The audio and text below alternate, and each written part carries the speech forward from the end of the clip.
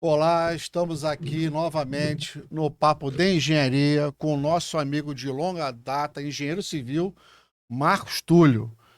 O currículo dele, ele vai contar um pouquinho quem é Marcos Túlio.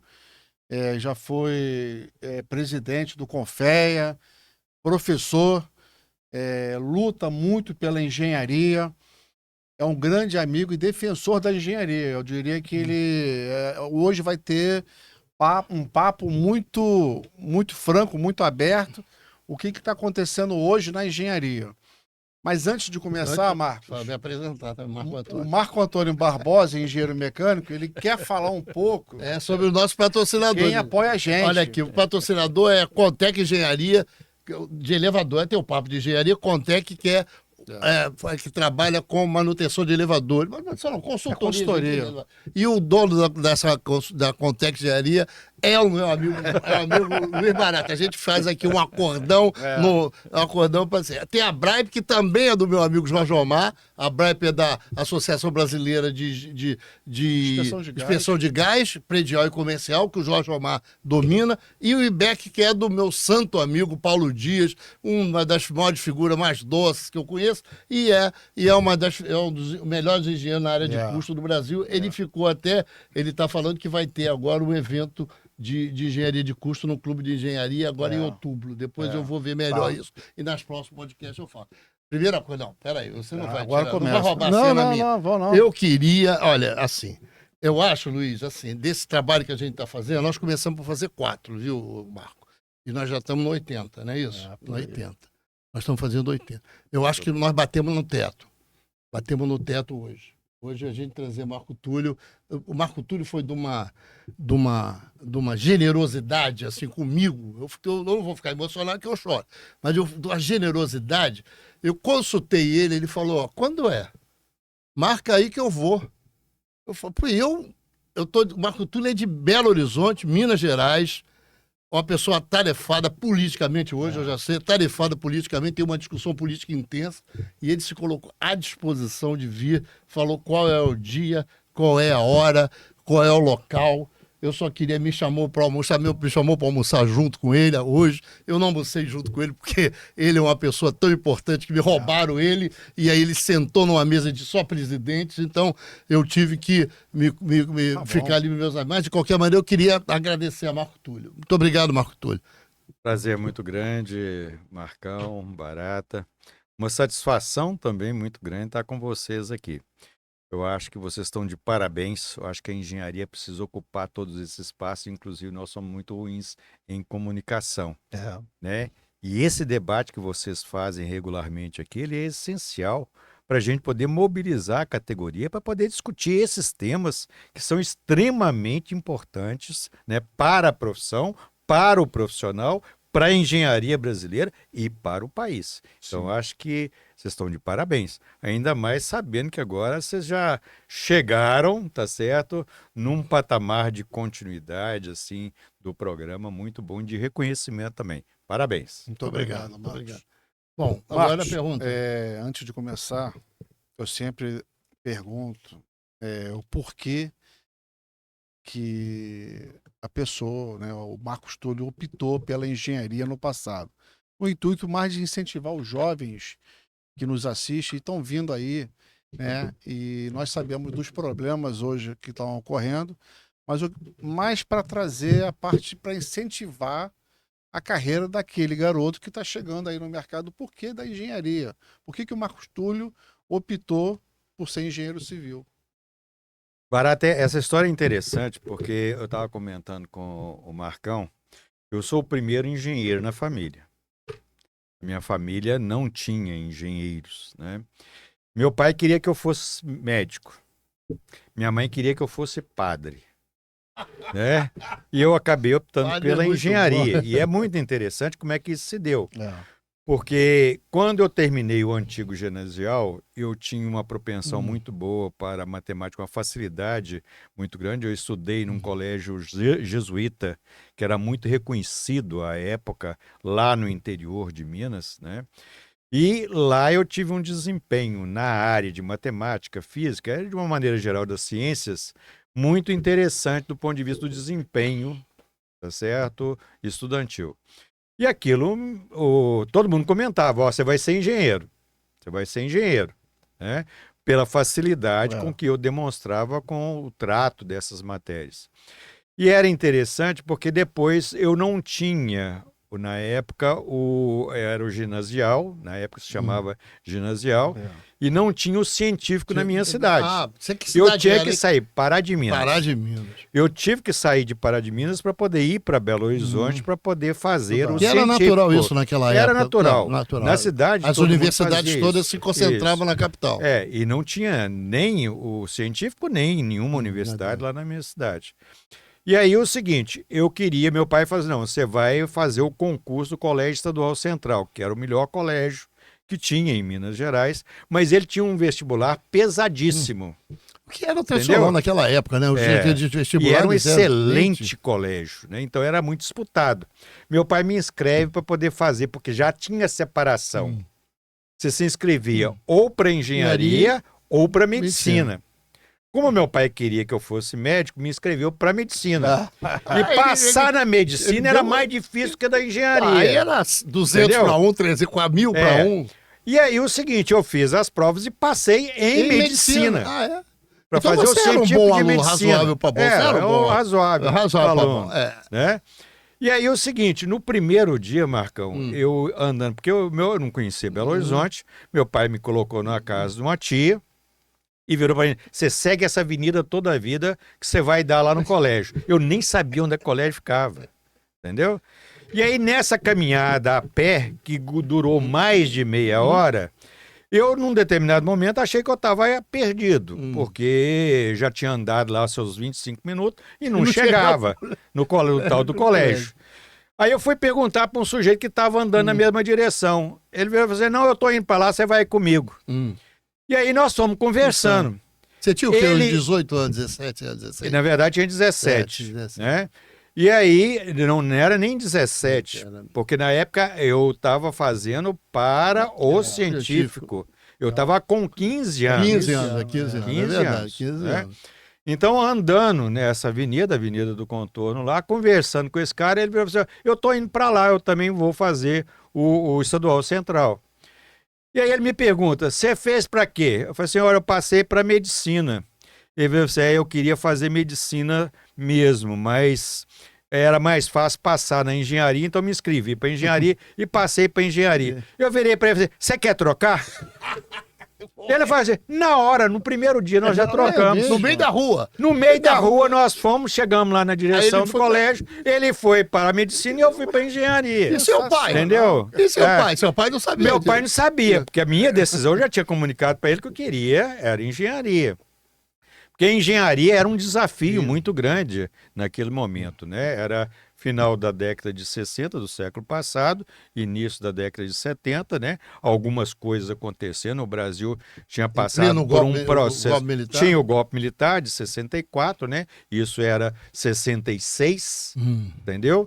Mas tinha tido o período do JK, que era uma grande referência para todos nós, no país do desenvolvimento. 40 anos em 4? Não, 50 anos em 5. Na época, a presidência tinha 5 anos de duração. E o mote do Juscelino era 50. Então, eu vim e sou dessa geração que nasce sob esse país, um projeto de país, o país crescendo daí para fora. E quem era? A engenharia era, tá certo? O captador dessa situação toda para o desenvolvimento do país. Sensacional a história. Era. Então, eu opto pessoalmente para poder atuar nessa área. Até o governo Juscelino dava esse tipo de incentivo. Exatamente. Então, você tinha um projeto de país, você tinha investimento, tinha desenvolvimento, precisava de engenharia, e a engenharia era uma das profissões mais reconhecidas. Diz que as mães recomendavam sempre que as moças casadoras, né, procurassem o engenheiro, que até né, salário era ou um melhor. estudante de engenharia, que ia se formar em engenharia. O salário era melhor. Sensacional a história, hein? Então, é isso, né? Então, eu faço opção aí, faço... Mas como é que seu pai soube? Eu falei para ele. Você voltou. Depois eu contei para ele e falei com ele. Ele não ficou frustrado. Não colocou objeção, não, na minha decisão, não. Mas você continuou. E aí eu fez fiz, científico. E por incrível que pareça, eu fui fazer o primeiro vestibular unificado Na época você separava, né? Tanto é que o Colégio Estadual Central nos preparou para poder fazer provas para a engenharia ou provas para a medicina. Por isso separava no curso científico à época. E venho, no meio do ano anterior, em 1969, a decisão de realizar o primeiro vestibular unificado. E a correria no segundo semestre para poder adaptar para a gente estudar também biologia, estudar outras matérias, geografia, que não se dava tanta importância para o vestibular. Porque ainda era, na época, um vestibular que você tinha, inclusive, provas orais. Além de provas escritas, provas orais. Então, eu me preparei para essa situação. E aí, quando foi fazer, já era outro já tipo era de outro modelo. Mas aí foi tranquilo também.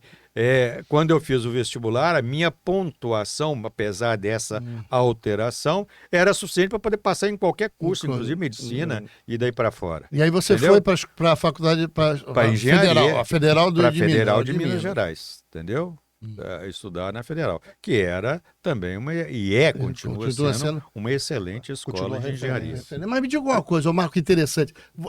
Porque eu conheço você há muitos anos, apesar da nossa relação tem 500 ou 600 quilômetros de diferença, mas assim, você já era uma liderança? Quando você entra na escola de engenharia, você se torna uma liderança na escola?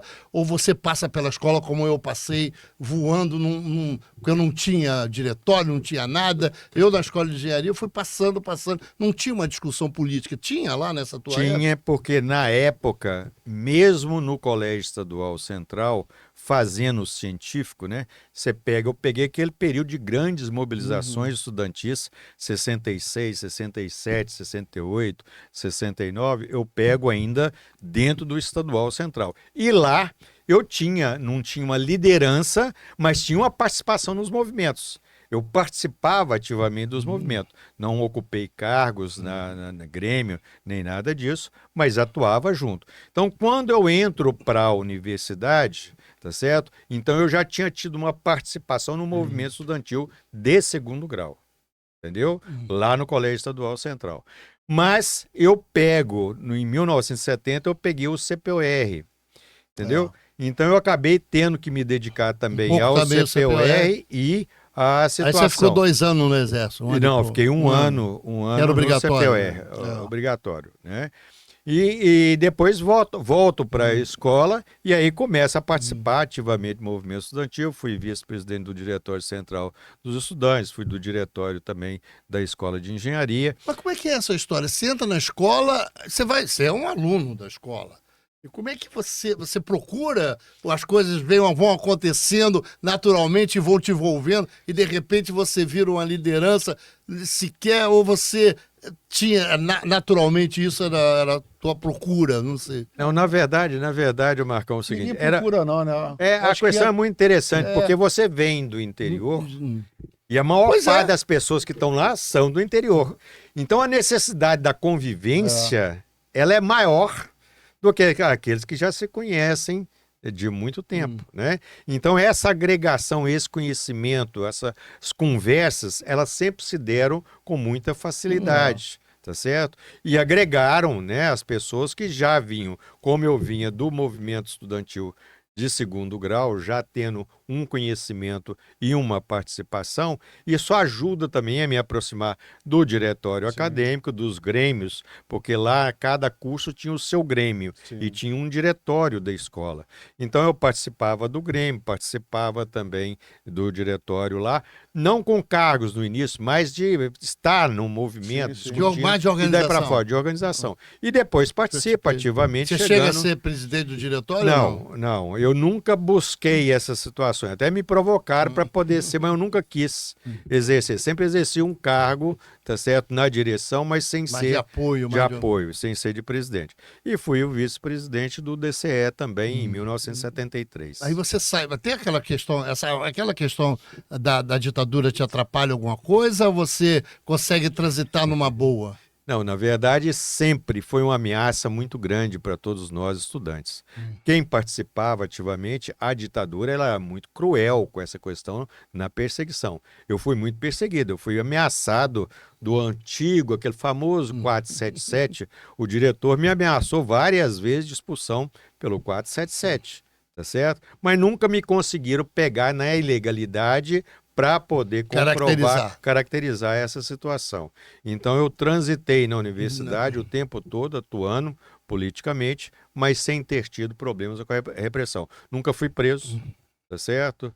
Mesmo em 1975, que teve aquelas prisões da reorganização da Uni lá na Faculdade de Medicina da UFMG, eu estava atuando também com a turma toda lá, e ali chegaram a prender mais de 500 estudantes, porque fecharam a Universidade Federal de Medicina, lá em Minas Gerais, onde é que todos nós estávamos, e eu, no momento, não estava, porque eu estava muito incumbido também da logística de outras atividades, entendeu? Então, não fui preso, mas lá foram presos mais de 500 pessoas, inclusive, Você na sai época. da universidade e aí o que você vai fazer? Vai viver de engenharia? Vai, né? É claro, claro.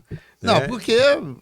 Eu saio da universidade já imediatamente empregado, né? Vai para onde? Eu fui para o Centro Tecnológico de Minas Gerais. Seria o correspondente ao IPT de São Paulo, que é uma Isso área naquela de época pesquisa. não era fácil. A pessoa saía da universidade já tinha um certo E você emprego. tinha convites também. Eu já tinha estagiado lá, tinha estagiado na CEMIG, tinha estagiado em vários órgãos públicos. Então, recebi o convite para poder ir para o Centro Tecnológico de Minas Gerais, que foi uma experiência muito rica, tá certo? Porque reunia lá, sob a direção do professor José Israel Vargas, né, que chegou, inclusive, a ser... De governador. Não, o José Israel Vargas, ele foi ministro de Ciência e Tecnologia, entendeu? Eu troquei. Que foi o grande intelectual, inclusive, em Minas Gerais, dessa área de Ciência e Tecnologia. Então, eu crio o CETEC, né? Eu vou para o CETEC, trabalho no CETEC durante muito tempo, no setor de tecnologia das construções, e também na parte de implantação física e também manutenção dos prédios ali Você se especializa em alguma coisa na civil ou você vai pela civil direto? Na civil direto em todas as áreas, em todas as áreas. Depois disso, eu tive na iniciativa privada, no Grupo Magnesita também, tá certo? Atuando como engenheiro civil na área do Grupo Magnesita. Depois retorno de novo para o CETEC. Do CETEC fui trabalhar na implantação física da Universidade Federal de Minas Gerais. Da Universidade de Minas Gerais, eu fui contratado para a Prefeitura de Belo Horizonte, num cargo de assessoria da época, o superintendente de desenvolvimento da capital, que era correspondente à Secretaria de Obras, e lá permanecemos durante um bom tempo, fui diretor de projetos, tive vários quer dizer, cargos. Essa militância sua é na área pública? Na área pública. Uma boa parte. Teve na área privada também, um tempo mais curto, mas majoritariamente na área curta. Primeiramente na área de desenvolvimento científico e tecnológico e depois na área de engenharia civil, efetivamente. Mas você depois vira secretário. Você é secretário em algum momento. Sim.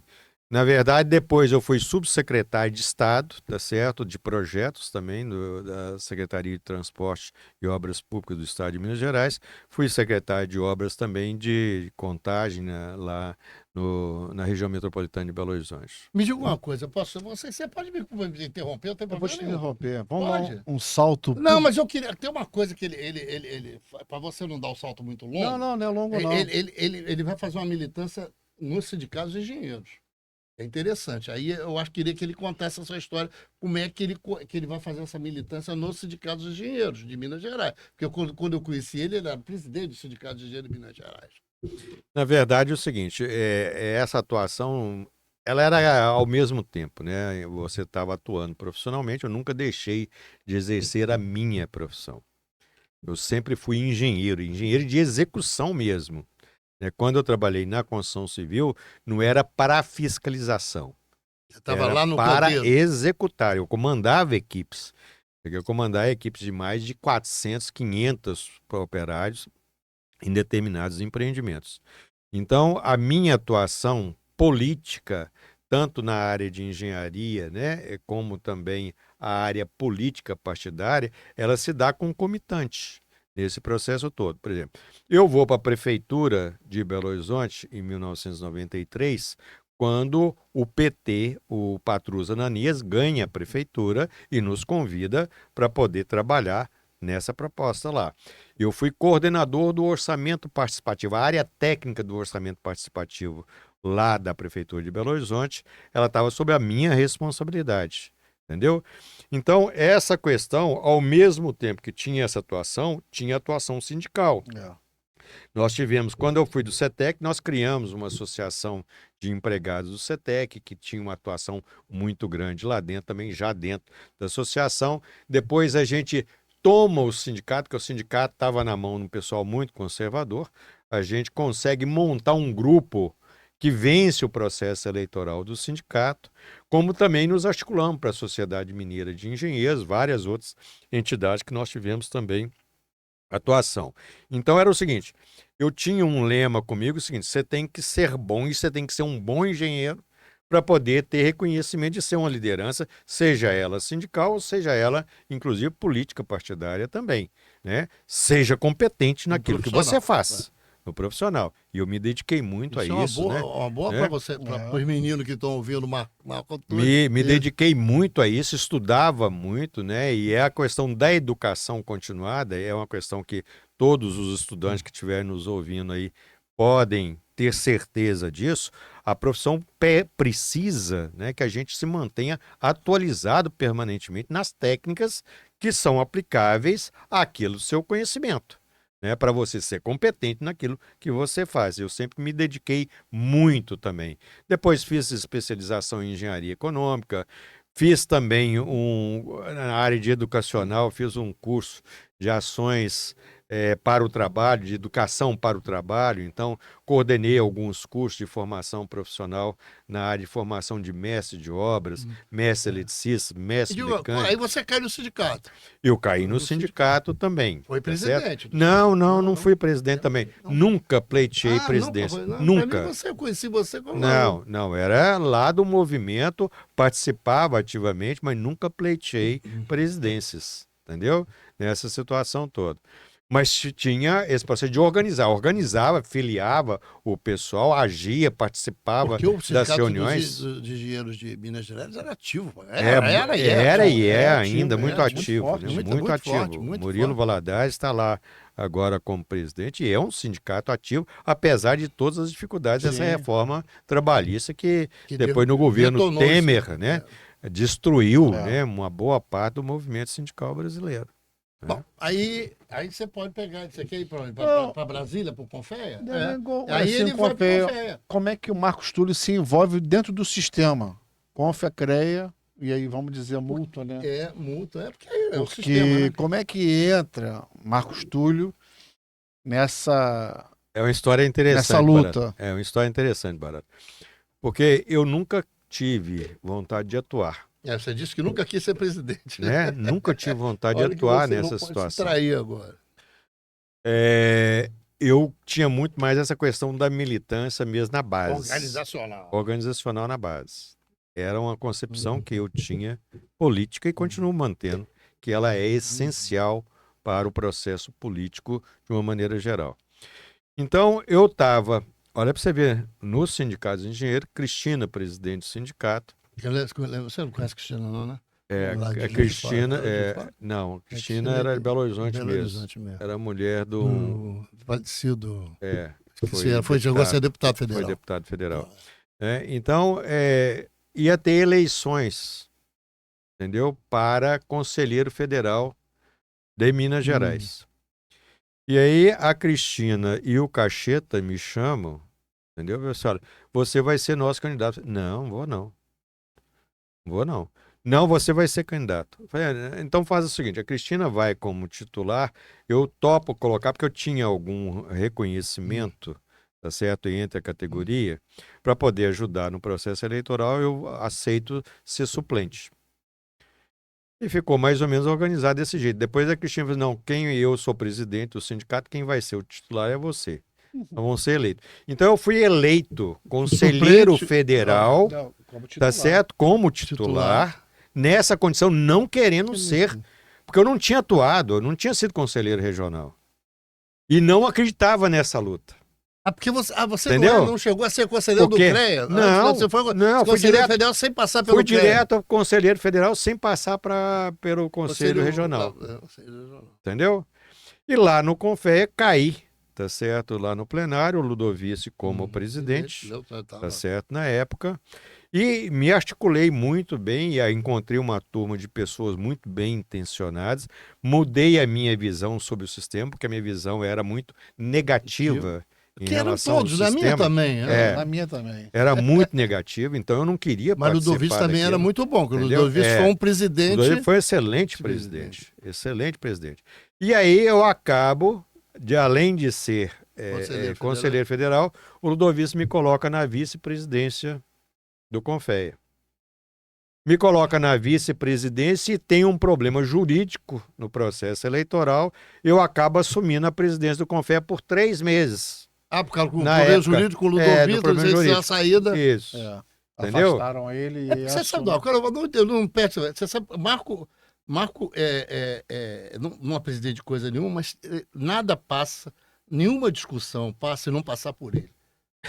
Pode continuar, Marco. Então, essa situação, eu termino meu mandato de conselheiro, volto para Minas e falei, não quero mexer com isso mais. Aí o Augusto Drummond, presidente de CREA, me chama negativo, você não vai para lá, foi conselheiro, teve um reconhecimento grande, você não vai nos largar na mão. Você vai vir para cá e vai ser meu vice-presidente do CREA. Isso em 1998. Aí você cai de conselheiro, vem para Minas Gerais, vai ser Minas Gerais para ser vice-presidente vice-presidente do CREA de Minas. Vai se tornar diretor. Entendeu? Né? Tornei diretor. E em 1999, o próprio Drummond, que era o candidato nosso à presidência do Confea, e ele me provocou para ser candidato. Depois houve uma briga dele com o Ludovici, e ele acabou apoiando uma outra candidatura para o CREA de Minas. Mas o sindicato e toda a base sindical e da categoria queria que eu fosse presidente do CREA de Minas. Entendeu? Apesar do Drummond, que era nosso companheiro, foi quem me leva para lá para dentro, tá certo? No final, com a briga dele com o Ludovici, que era o coordenador da campanha dele para o Confea, entendeu? Os dois brigaram e acabou sobrando para mim a briga dos dois. Ele não me apoiou, mas mesmo assim eu ganhei bem a eleição do CREA. Mas o Ludovici entendeu? apoiou Em você. 99. O Ludovici apoiou, tá certo, sem dúvida nenhuma. Aí ganhei, fui presidente do CREA de Minas de 2000 até final de 2002, depois fui reeleito, fiquei até 2005, e aí o pessoal me pediu para poder ser Qual é a tua candidato. experiência lá, Marco, dos CREAs? Você tem uma experiência? Qual é a experiência que você tem? Difícil, uma máquina ruim? Era muito emperrada? burocrática e emperrada, mas nós conseguimos fazer algumas alterações bem interessantes. Porque nós conseguimos, com o apoio de um movimento dos estudantes, criar o CREA Júnior. O CREA Júnior é criado lá na época, a partir de Minas Gerais, né, no ano de 2001. Né? Conseguimos criar, não tinha essa estrutura do colégio de entidades, chamei as entidades todas, reorganizamos todas elas, criamos um colégio de entidades, criamos um colégio de inspetores, levamos o debate do CREA para todo o interior. E lá, Bautista lá é pesado, Vidal, 900 municípios. 853. Nós tínhamos, não sei se você lembra o programa do álcool na época, Lembro. entendeu? Com o Claro. Bautista Vidal. Claro. Peguei o Bautista Vidal, levei, rodamos para poder discutir energias alternativas, organizar cadeias produtivas e daí para fora. Já tinha sido iniciada na gestão do Drummond um processo de interiorização do CREA. Nós demos dimensão a isso, trouxemos a categoria, começamos a estruturar a categoria para ter efetividade em representações municipais, em conemas, tá certo? Conselhos de meio ambiente, conselhos de desenvolvimento urbano, conselho de habitação, quer dizer, mobilizar a categoria para se fazer presente nos movimentos. Quer dizer que você botou a sua experiência toda à disposição Exatamente, do exatamente. Porque você tinha uma experiência política, de engenharia e pública grande, aí você Exatamente. colocou à disposição. E aí, o Marcão, nós começamos também a trazer o movimento popular para dentro do CREA. Então, por exemplo, o movimento de habitação, Você já trouxe Nós trouxemos, e nós tínhamos um presidente de Assembleia Legislativa, nesse momento também que se discute a nova legislação urbana brasileira, né, que ela é de 2002, né? Nós fizemos uma parceria com a Assembleia Legislativa para o CREA ser quem ia ministrar os cursos para a nova legislação, tá certo? Para as prefeituras, para os movimentos sociais.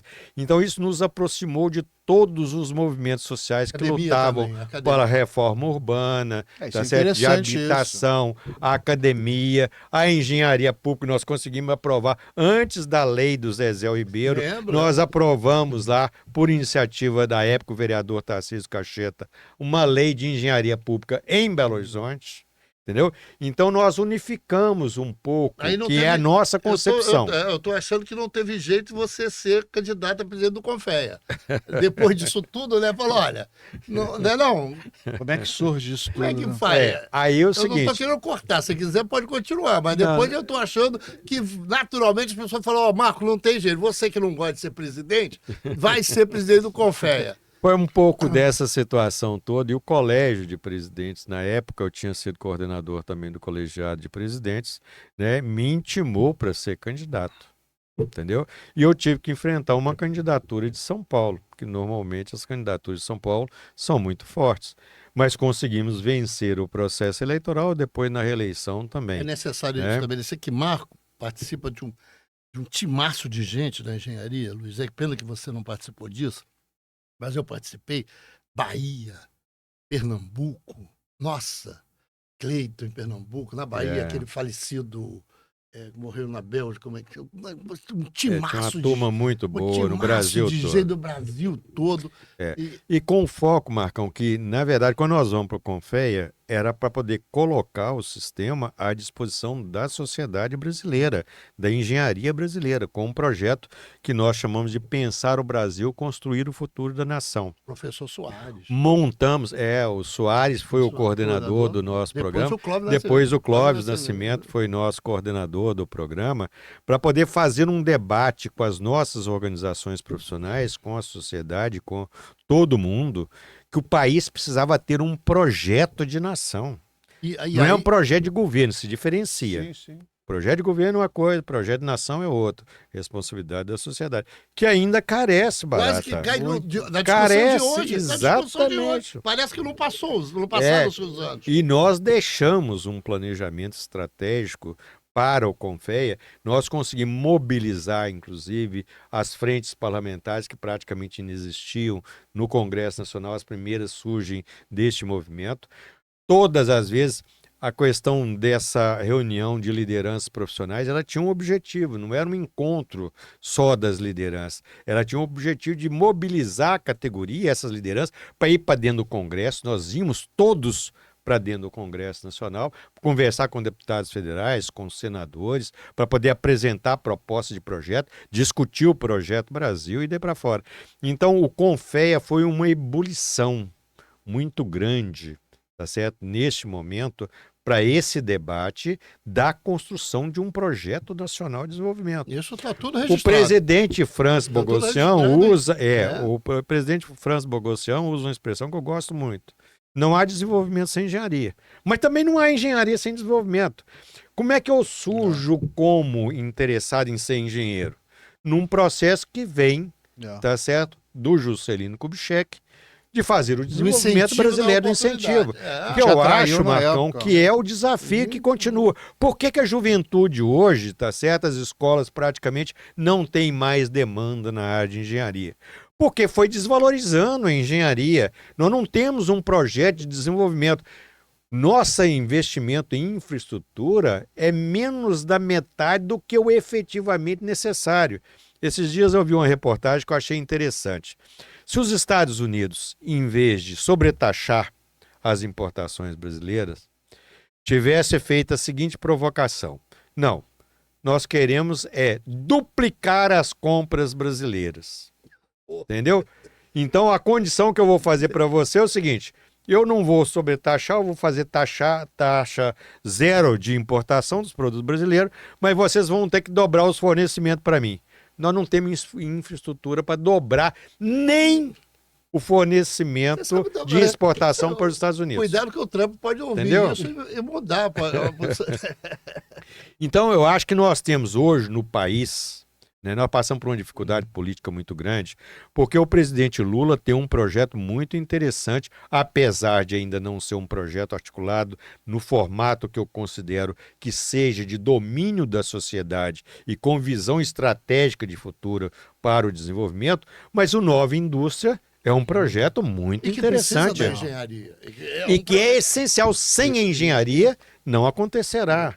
Como essa infraestrutura que se nós tivéssemos que dobrar as exportações brasileiras, nós não temos infraestrutura para poder atender de portos, de estradas, de ferrovias, tá certo? Sabe, De cabotagem. Eu falo aqui às vezes. Uma vez eu entrevistei um professor da Universidade da PUC aqui do Rio, professor Escavar, já falecido já. Ele era o diretor da Escola de Engenharia.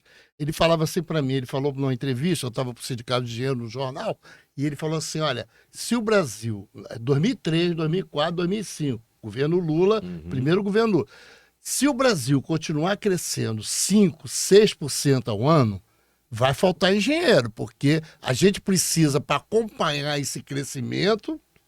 É exatamente isso, Marco. Para você ter uma ideia, isso aconteceu. No final do meu mandato no CONFER, 2011, 2010, o que se discutia era já a falta de profissionais. E agora é muito pior ainda. Porque nós temos, para você ter uma ideia, nós não temos nem 1/3 do número de engenheiros proporcionais à população economicamente ativa que países como o nosso têm, países em desenvolvimento. Se nós compararmos com países desenvolvidos, como a questão dos países europeus, América do Norte, China, tá certo? Eles têm 25 engenheiros por 1.000 profissionais ativos. E nós temos 5. O déficit está muito 5. alto. Já. E mais ainda, o que mais me preocupa, Barata e Marcão, é a questão da juventude, porque o nosso ensino deteriorou. Por que é que eu fui para engenharia? Porque eu gostava da matemática, eu fui incentivado. Os jesuítas tinham um ensino nessa área para ciências, para matemática, muito bom. Inclusive, em Belo Horizonte, o Colégio Santo Antônio dá continuidade a isso, são também de jesuítas, eles têm uma base de formação muito boa. Hoje, a meninada morre de medo da matemática, quer fugir da matemática, quer fugir da física, quer fugir da química, quer fugir da ciência de uma maneira geral. Se nós não criarmos uma estrutura de, eu falo assim, encantar o jovem com a ciência, entusiasmar. Eu fiquei observando. Você sabe quantos museus de ciência e técnica nós temos no Brasil? Não tenho esse número. Tem ideia? Não. No Brasil? No Brasil. Não. Nós temos 268 museus de ciência, técnica, tá certo? Nós não usamos. Eu visitei uma boa parte desses museus no mundo, em vários países, e me encantava ver, inclusive, excursões de meninos de ensino fundamental lá manuseando, tá certo? Experiências de física, experiências de ótica, né? Experiências de química, tá certo? Que desencantavam. Entendeu? Porque a descoberta é muito interessante. Você acha que os currículos hoje são aqueles do século XIX? Precisam ser retomados? Eu acho que eles retroagiram. Retroagiram. Retroagiram. 18. Acho que retroagiram. Não, mesmo 18 ainda a área de ciência ainda tinha os incentivos. Tá certo? Não tem motivação. O que nós precisamos é encantar, mudar o ensino para poder encantar as crianças, os jovens, com isso que é estratégico. Como é que um país vai querer crescer? Como é que ele vai oferecer condição de vida melhor para a sua população sem engenharia? Me conta. É difícil. Me conta. Não tem jeito. Tá certo? E isso se faz, não é numa geração só. Você precisa criar os instrumentos na área da educação, na área dos investimentos em ciência, principalmente, e desenvolvimento tecnológico, é que é preciso ser reforçado, para poder dar a condição de evitar a evasão. O que está acontecendo com as escolas? Enorme, hoje, 60%. A evasão chega a 70% em federais. em federais. Significa que a base do ensino não está sendo suficiente para poder garantir. É lógico que precisa radicalizar e mudar muito também a maneira, a metodologia do ensino da engenharia. Concordo. Tá certo? Não dá para você ficar, por exemplo... Quantos cálculos você fez, Marcão? No mínimo 4. 4. Eu também fiz 4. quatro. Você provavelmente deve ter feito 4. Quantas mecânicas você fez? 3 ou 4. 3 mecânicas. Eu fiz mecânica também. mecânica. Física, quanto você fez? Fiz 4. É. Então é o seguinte, mas tudo desvinculado de uma aplicação prática, como se fosse uma teoria desvinculada de uma realidade. Quer dizer, esse ensino... ele tem que se vincular a uma realidade ligada à engenharia. Você está falando... Ele tem que estar base. apresentar aos alunos a atração, por que aquela coisa está acontecendo. Exatamente. Para ele Isso é engenharia, Marcão. É. Isso é engenharia, é o que diferencia. Porque nós temos um problema muito grande, porque tem escolas aí que não dá essa formação, não dá essa condição, e depois nós não temos os melhores profissionais. Apesar da engenharia brasileira ser reconhecida muito competente mundialmente. Tá certo? Apesar da destruição que a Lava Jato fez nas empresas, principalmente da infraestrutura pesada, tá certo? Que eram grandes empresas, aniquilou. É um crime de lesa pátria que foi feito na época, porque todos nós combatemos a corrupção e concordamos com o combate à corrupção. Sim. Mas destruir a área produtiva da engenharia brasileira, sob essa alegação, só serviu ao interesse das articulações que a Lava Jato fez com os interesses americanos, com empresas europeias, para destruir as empresas que estavam concorrendo internacionalmente. E agora nós estamos com esse ato. E agora nós estamos com dificuldades, inclusive, de ter empresas para poder, inclusive, fazer com competência e agilidade e construir a infraestrutura que o Brasil precisa ter. Deixa eu te consultar uma coisa, Marcão, para você. O Instituto de Tecnologia da Aeronáutica está tirando uma parte dele, ou está criando uma parte no Ceará, em Fortaleza. Não sei se você sabe disso. Eles estão transferindo, porque o Ceará, você é uma pessoa politicamente mais informada do que eu, o Ceará consegue ter uma baixa analfabetismo, baixíssimo analfabetismo, e um alto grau cultural dos alunos lá. Como é que consegue isso? Isso é uma política... Será que o Ceará é diferente do Brasil? A formação educacional no Ceará teve um incentivo que não teve em outros estados. Não sabia, não. Entendeu? E isso se deve a esses irmãos aí que, apesar da briga entre eles, tá certo? Mas fizeram um bom trabalho. Gomes. Na área de educação. E lá realmente a educação teve prioridade estatal, e governamental. Todos aqueles que foram se sucedendo, aquela política foi sendo continuada. Continuada, exatamente. Tanto é que traz também, inclusive, ministro de educação de lá, da região, para poder trazer a experiência. Mas o ministro da educação do Ceará não consegue replicar isso a nível Brasil. Por quê, Omar? Porque a estrutura é muito mais complexa, o investimento precisaria ser muito maior nas universidades e precisa não só de investimento, mas de metodologia, uma nova metodologia. Eu acho que a aplicação do método Paulo Freire, né, para o ensino, tanto fundamental como de segundo grau, ele não chega às universidades no formato que ele deveria ter chegado para poder interligar. Imagina um menino que passa, né, no Enem ou no nosso vestibular antigo, tá certo? Que deveria apresentar um projeto, entendeu? Para a área de engenharia já no seu início e que desenvolvia essas matérias sob orientação de professores vinculados à prática no cálculo 1, no cálculo 2, no cálculo 3, na física 1, física 2, física 3, na mecânica 1, mecânica 2, mecânica 3, em todas as matérias relacionadas a esse projeto. Como se fosse desenvolver uma tese de mestrado ou doutorado. Quer dizer, alia tudo quanto há que vai ser o aprendizado sob supervisão dos professores para um projeto técnico que ele vai apresentar ao final como conclusão de curso, mas que demanda um prazo de maturação de 4, 5 anos, que é a duração da formação dele. Nós precisamos revolucionar o ensino da engenharia no Brasil. Estou falando em engenharia Marco, de uma maneira geral. O sistema Confecre tem 5 bilhões anual. Não, tem que menos, é menos. Não, menos, 4 bilhões. Eu tirei 1 bilhão, tá bom? Tem 4 bilhões. Mas acho que não tem... O sistema Confecre não podia dar uma incentivada nisso, não podia fazer um projeto de retomada da engenharia. Você não acha que é tipo? Eu não falando mal do Vinícius, nem falando mal do Miguel aqui do Rio, nem do. Como é o nome do presidente lá do CREA Minas Gerais? Marcos Gervásio. Marcos Gervásio. Mas o sistema não é muito tímido, não tem que entrar para pesado para poder. Eu acho que ele não tem influência nessa área, nem do ponto de vista da atribuição legal, nem do interesse, tá certo? Eu estou falando majoritário para investir nisso. Porque não é função do sistema investir em educação, na formação. É lógico que ele tem um papel importante na atualização do conhecimento profissional, Sim. depois de formado, para poder manter a competência atualizada.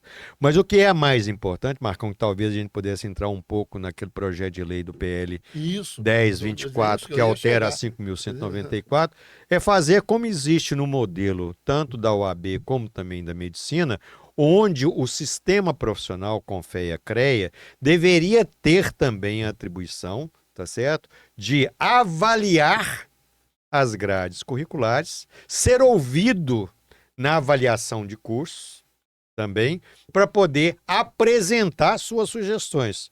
Não significa que isso ia resolver essa questão se o nosso sistema continuasse com a mentalidade atrasada da metodologia. A Carme Conselheira diz que o presidente do CREA, o presidente do CONFEA, sequer é recebido no MEC. Pois é. E na época, para você ter uma ideia, quando eu estive na presidência, nós éramos parceiros. O MEC, nós, inclusive, contratamos vários especialistas no CONFEA para poder ajudar o MEC a fazer a avaliação e reavaliação de cursos profissionais. Tivemos, inclusive, documentos escritos que estão lá no MEC, inclusive em parceria também, para poder apresentar contribuições, principalmente vinculando esse debate da universidade também com o projeto de desenvolvimento nacional, porque o ensino tem que trazer, porque eu tenho que incentivar, tá certo, o futuro profissional a ter responsabilidade. Ter responsabilidade. Ele quer ganhar dinheiro, é lícito, correto, tá certo? E é um direito dele ser engenheiro para poder ganhar dinheiro. Mas ele foi formado socialmente para que o resultado do trabalho dele beneficiasse o conjunto da sociedade. Então, essa visão social da profissão, ela tem que estar agregada também à formação de responsabilidade social. A questão ética tem que estar muito bem, né? Nós temos um problema ético gravíssimo hoje no país, porque a verdade passou a ser relativa. Como diz o Rui Costa, o certo é errado, o errado é certo. Pois né, é. Brasil? E eu pergunto o seguinte, isso é ético?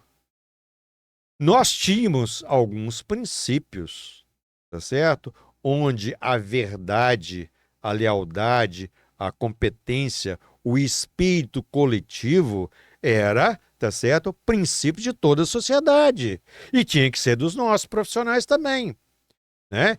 Então nós temos que ir para poder fazer essa avaliação junto com o MEC e a PL 1024 nós reivindicamos, tá certo? Que ela está incompleta porque ela tem que assegurar ao sistema profissional, como já acontece com os advogados e com os médicos, tá certo? Para ela interferir, tá certo? Ser ouvida no processo de formação profissional e mesmo de especialização profissional. Aí você pode incluir e nós precisamos ainda mais, sabe, Marcão, ter a visão do que é estratégico. Nós precisamos ter um conjunto de diretrizes de país dentro de um projeto nacional para direcionar, inclusive, as teses de mestrado e doutorado que seriam financiadas pelas bolsas. Perfeito. Para não ter uma questão dispersa que não vai ter uma aplicabilidade, de fato, que tenha um resultado social que se espera. Né? Então, nós temos que começar a investir de uma forma muito mais séria nesse processo. Você acha que o PL agrega isso? Não agrega. Essa é uma deficiência. Como é que a gente muda uma lei de 1966 sem trazer essa atualidade para dentro dela? Você quer ver uma outra coisa? O nosso sistema profissional de representação profissional não pode ser confundido com CREA e CONFEA. Tá certo? CREA e CONFEA é um órgão público. É autarquia. É. Não representa profissional. Quem representa profissional é o nosso clube de engenharia aqui, é o nosso sindicato dos engenheiros, ou sindicato, associações de profissionais. Eles são. Hoje, tá certo? Na formatação que está em curso e que o PL não está alterando, destrói porque, na verdade, eles ficam hoje pedintes do sistema profissional. Pedintes, para se sustentar. Eles ficam dependendo. Tá certo? Antes nós tínhamos lá os 15% da RT que iam automaticamente para a entidade que o profissional optasse na sua RT, para poder ajudar na fiscalização, a entidade ajudando na fiscalização, e a entidade promover também a atualização profissional através de cursos de reciclagem. Perfeito. Entendeu? Então essa questão não está contida na lei. O nosso problema não é financeiro. O sistema Confecre é um sistema bilionário. É um problema político. É um problema que não há uma interferência forte dos líderes dentro do MEC, dentro junto aos parlamentares, Congresso. Nós ficamos tímidos com isso.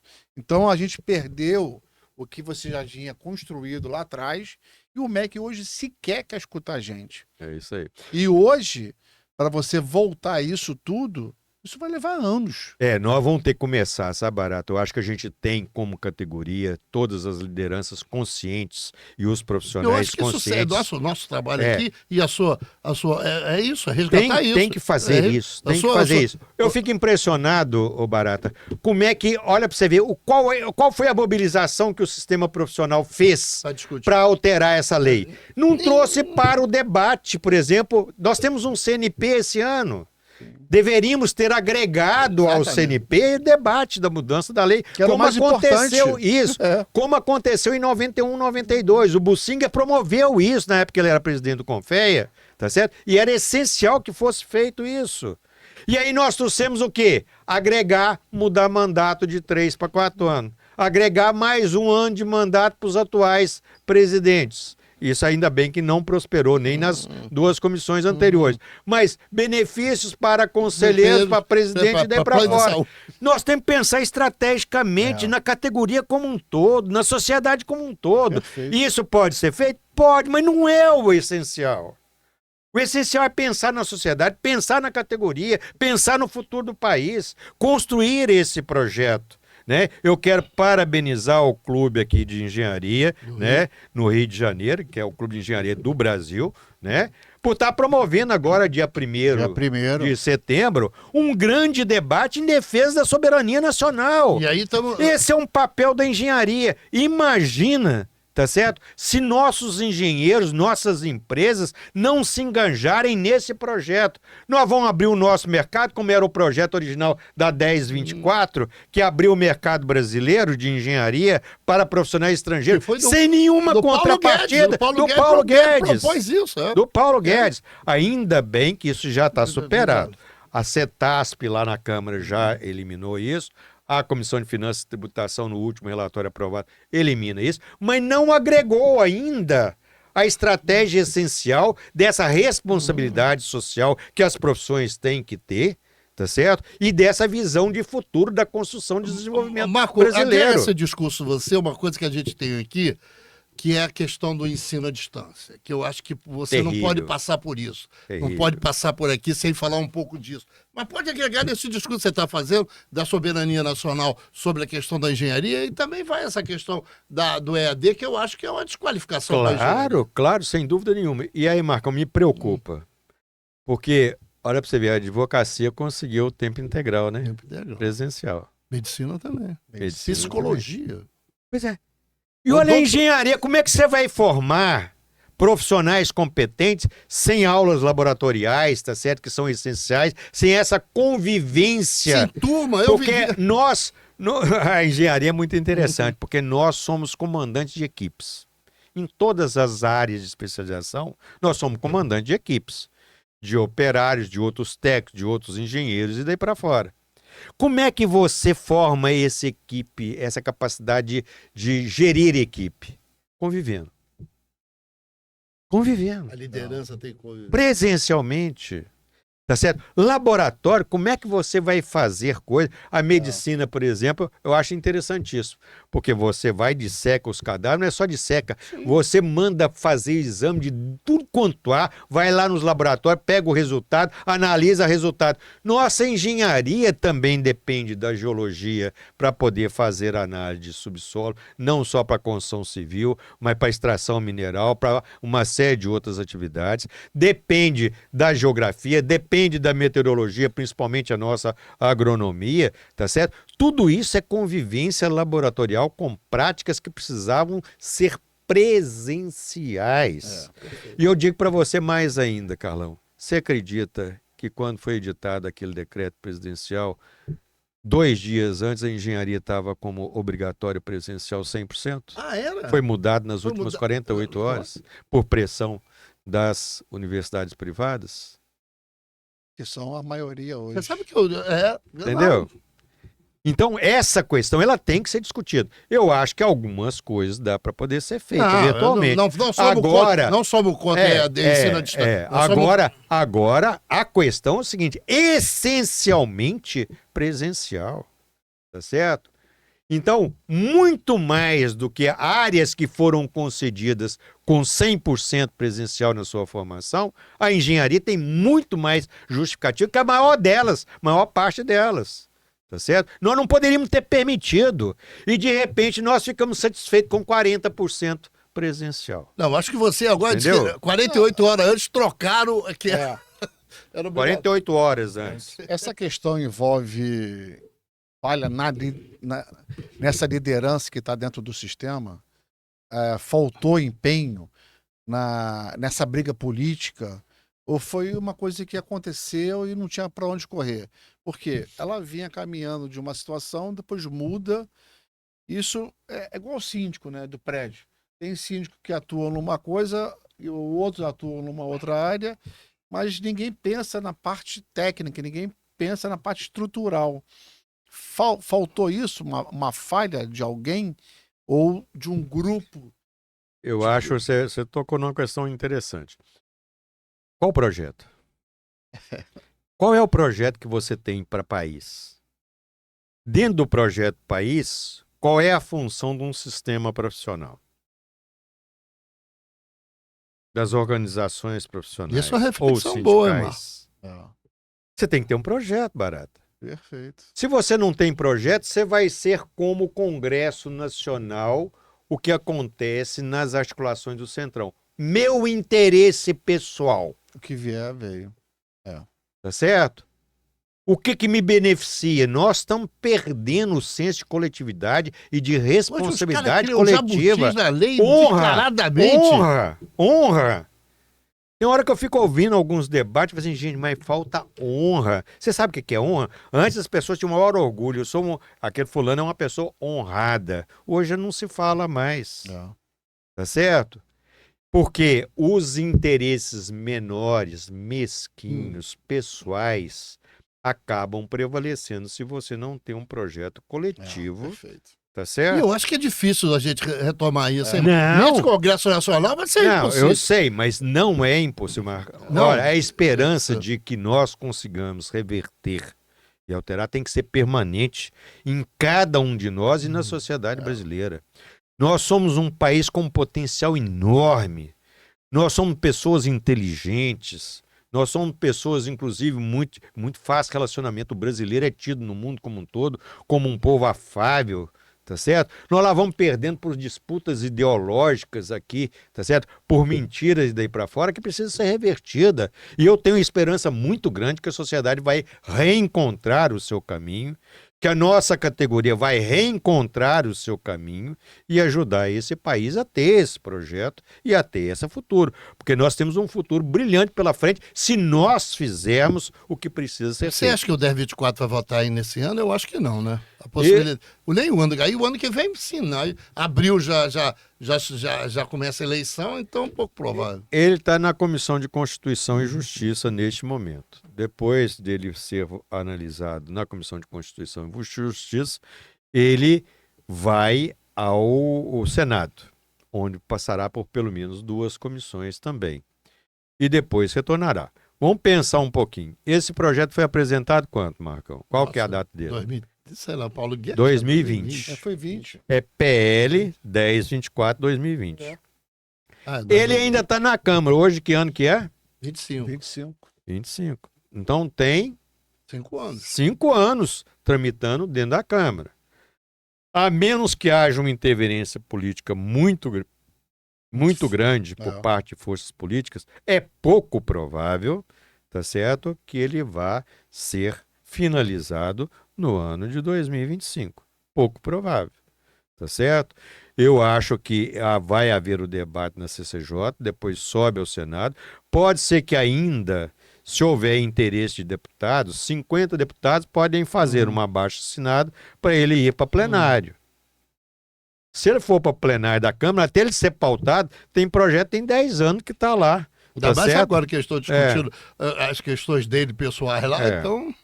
Então, eu acho pouco provável, sabe, Marco? Mas o que eu acho que era importante é que a gente dê tempo para a categoria reflita, apresente proposta às entidades de classe, sindicatos, às empresariais, à sociedade.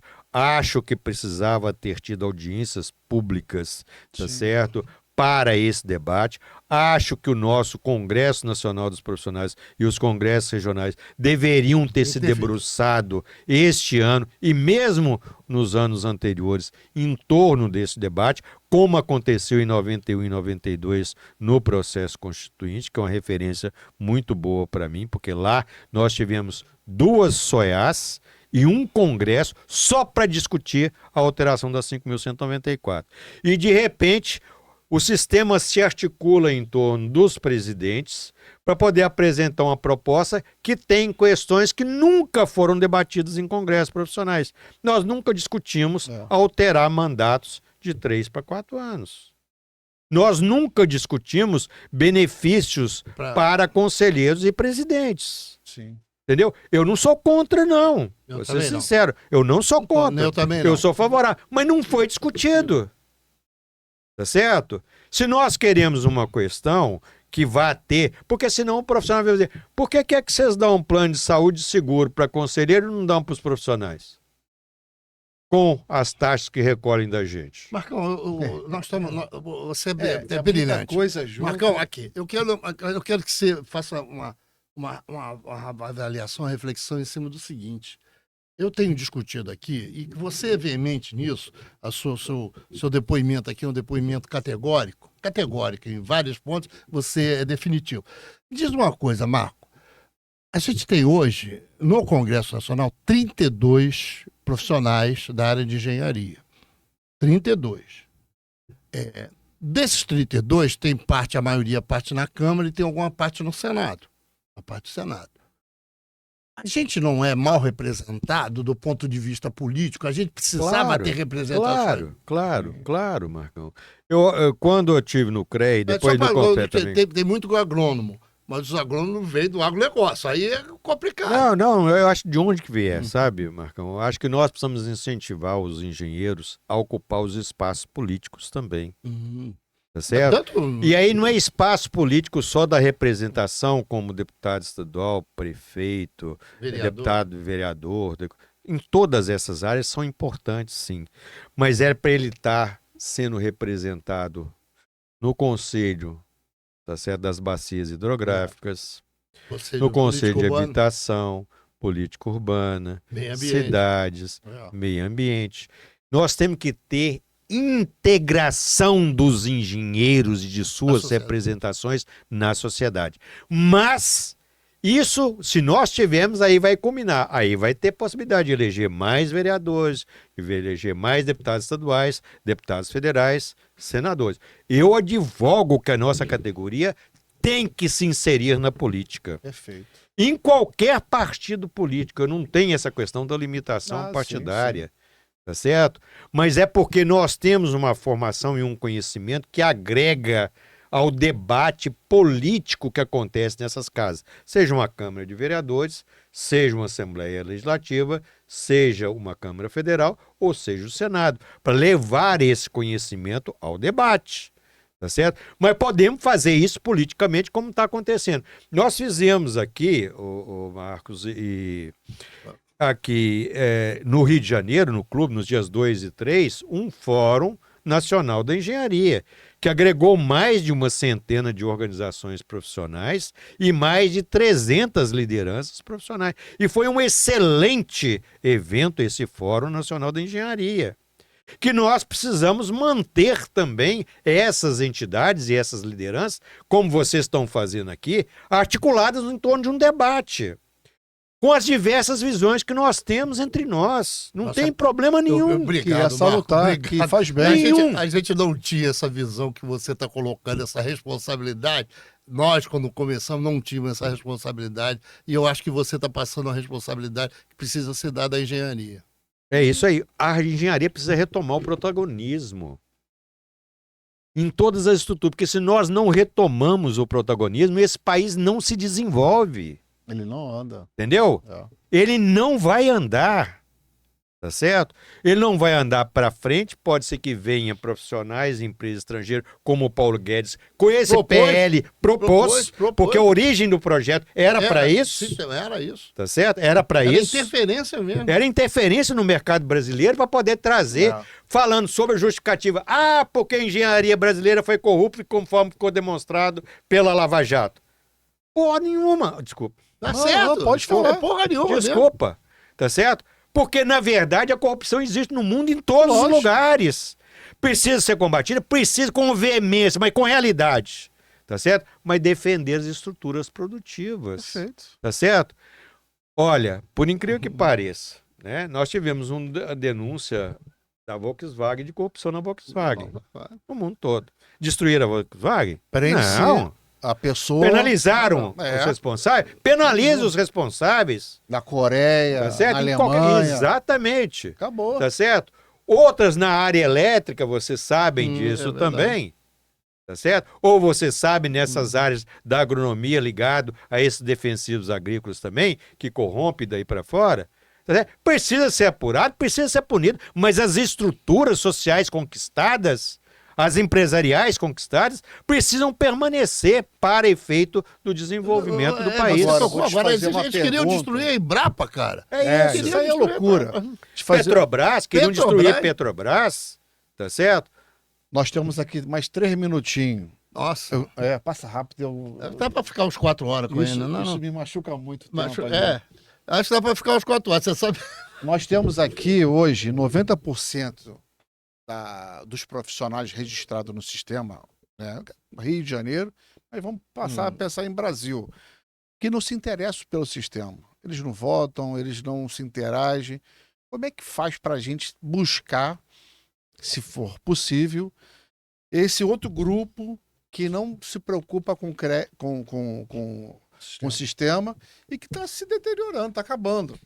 Nós temos que trazer o debate para o conjunto da categoria.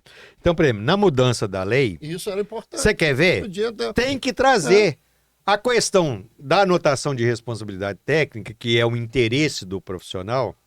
Quem realiza a maior parte das anotações são os proprietários das pessoas jurídicas. Sim.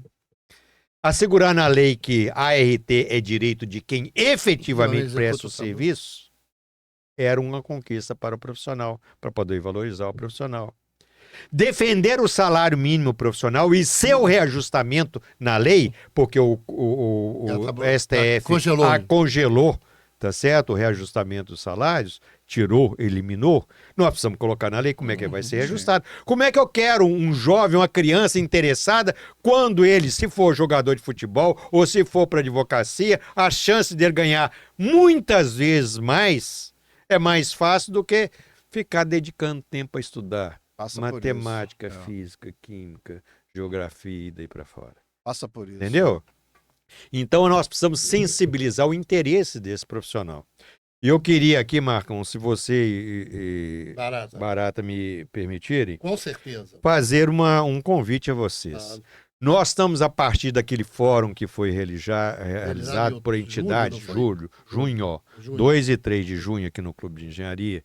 Nós mobilizamos essas lideranças e nós estamos propondo ao governo federal realizar uma conferência nacional de engenharia.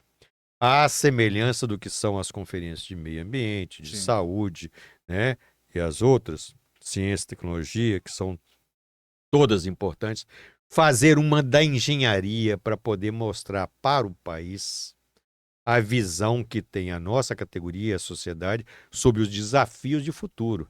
Porque se nós não tivermos um governo e uma sociedade comprometidas e com visão clara da importância estratégica da engenharia e quais são os programas e ações que precisam ser desenvolvidos, esse país não vai andar na velocidade que nós queremos. E nós não vamos recuperar o profissional, a valorização da profissão, tanto na remuneração como do reconhecimento social, tá certo? Então nós precisamos fazer um grande movimento, e aí eu quero convocar o programa de vocês, tá certo? Para convidar também pessoas que venham falar um pouco da importância de uma conferência nacional de engenharia para o país. Boa.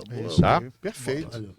Luiz Marco Barata, Túlio, você queria melhor do que isso? Não, né? Poxa. Difícil, né? Esse é Marco Túlio, que é uma da referência na área de engenharia, da área de engenharia, tanto do sistema quanto da área dos sindicatos de engenheiros. Ô, Marco, pode agradecer, Marco. Não, eu estou satisfeito, feliz, pena que o tempo aqui realmente é muito rápido. Marco, E acredito que a gente possa trazer mais assunto, né, conversa sobre essa pauta. E a gente precisa resgatar a engenharia. Esse é o nosso propósito. Resgatar e valorizar. Valorizar as entidades, associações, isso. CREA, CONF, colocar as lideranças certas naquelas posições e pensar no coletivo, Mas, Marco, eu queria... não no individual. Mas, Luiz, eu queria que a gente nós saímos aqui com um compromisso. Eu, você e Marco Túlio. E os outros amigos todos que vierem aqui. Da gente, nessa semana de engenharia, a gente ser enfático nessa questão da rediscussão do PL 1024. Porque essa rediscussão dele, a gente pode, de alguma maneira, dar um trampolim para coisas melhores, você não acha? Sem dúvida nenhuma. Estou plenamente de acordo, Marcão. Ah, tá bom. Marcão, Pode contar. meu Muito xará, obrigado, Marcos Túlio. abraço. Satisfação muito grande. Obrigado.